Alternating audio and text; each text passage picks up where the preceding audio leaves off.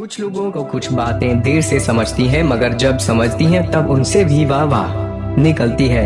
आज की तारीख में इंसान कुछ बातें भूल चुका है, इसलिए वह अपनी खुशी को पीछे ढकेलता रहता है। अभी नहीं, जब अच्छे दिन आएंगे तब हम खुश होंगे।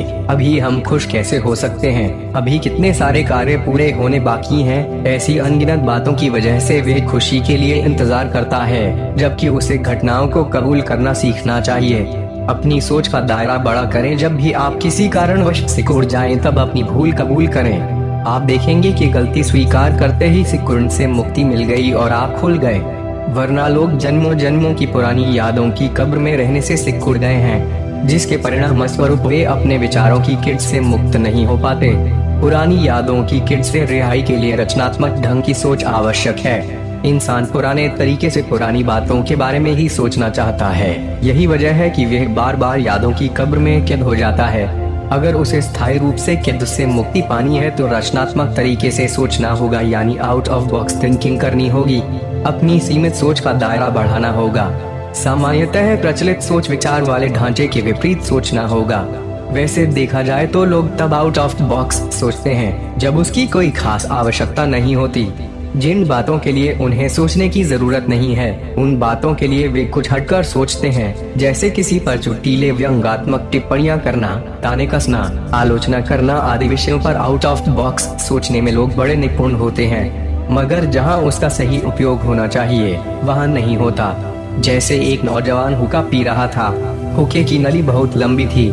किसी ने उससे पूछा, आपने हुक्के को इतनी लंबी नली क्यों जोड़ दी है? नौजवान ने जवाब दिया, मैंने सुना है कि व्यसन से जितना दूर रहो उतना अच्छा है, इसलिए मैंने इसमें लंबी नली जोड़ रखी है। यह एक चुटकुला आउट ऑफ बॉक्स सोच का एक उदाहरण था।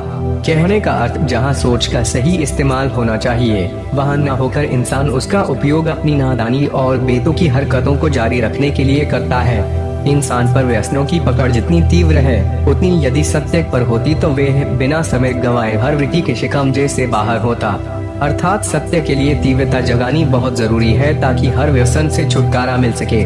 जैसे किसी की वृत्ति स्वाद में अटकने की होती है, तो किसी के दृश्य में कुछ लोगों को कान यानी संगीत से बेइंतहा प्रेम होता है।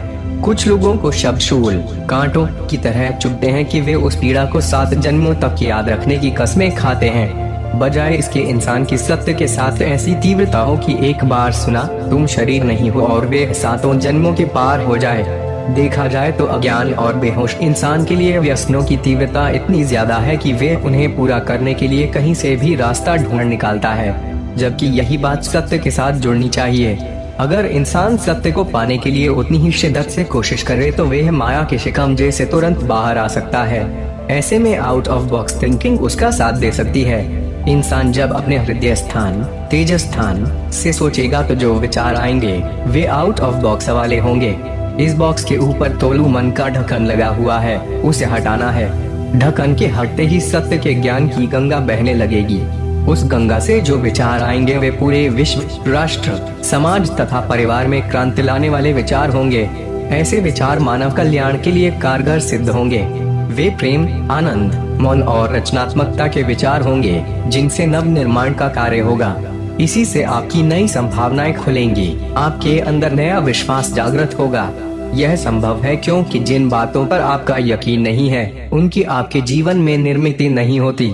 किसी भी वस्तु का निर्माण होने से पहले उसे विचारों में लाना आवश्यक है। विचारों में आने के बाद ही उसका सृजन होता है। जैसे जैसे चीजों का निर्माण शुरू होगा, आपको कुछ कुछ दिखने लगेंगी और इससे आपका विश्वास और गहराता जाएगा।